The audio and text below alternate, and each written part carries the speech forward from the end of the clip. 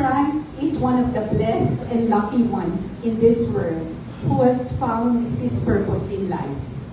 For many decades, we have heard from several family members, friends, and strangers how Couples for Christ, the lay spiritual movement that he founded and established in 1981, has led to their conversion and the deepening of their faith.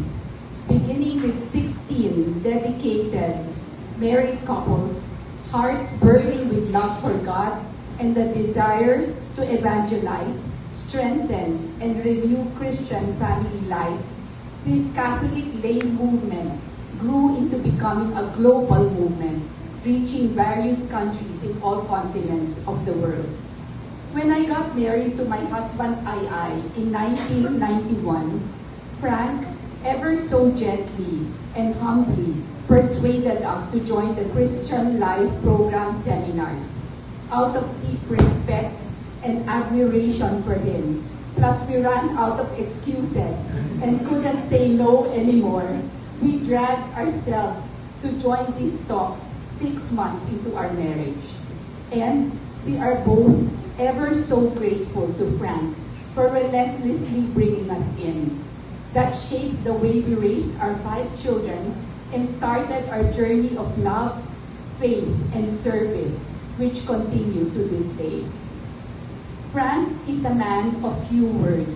Our mother would refer to him as our Sphinx, since he was quiet and secretive. He even referred to himself as the hermit of Antipolo. But this was not so when he evangelized in the community. With his family, though, he passed down his faith not through powerful, touching, and life-changing evangelical talks, but through his actions, stillness, prayers, scriptures, and his writings.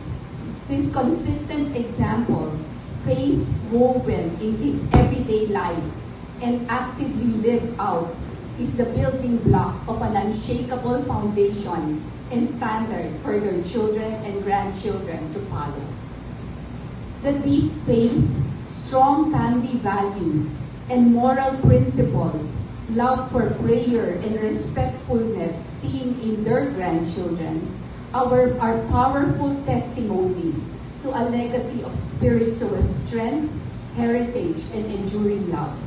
It gives me much hope to see that faith planted in one generation blossoms into the next, and so on. I believe that Frank's life of faith, love, and service reflect God's nature in a special way. He committed his life to honoring our Maker. For me, the greatest legacy of Frank has never been in his many excellent and impressive achievements, though many. To me, it's his deep faith in God and his love for the church, family, and community.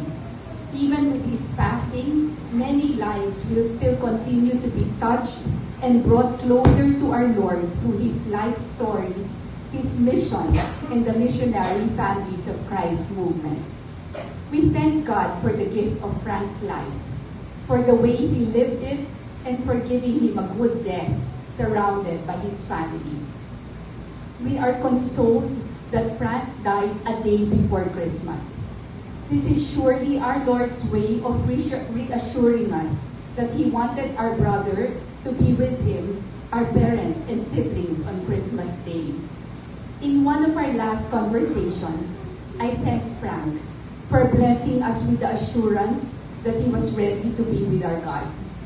Then he looked at me with a smile, saying, "Rose, I am not only ready, I am looking forward to it." Well, my dear brother Frank, in his mercy, generosity, and goodness, our Lord granted you, his faithful and loving servant, your heart's desire. I can only imagine your great joy in being in God's presence, my dear brother. We will miss you, but I rejoice with the heavens.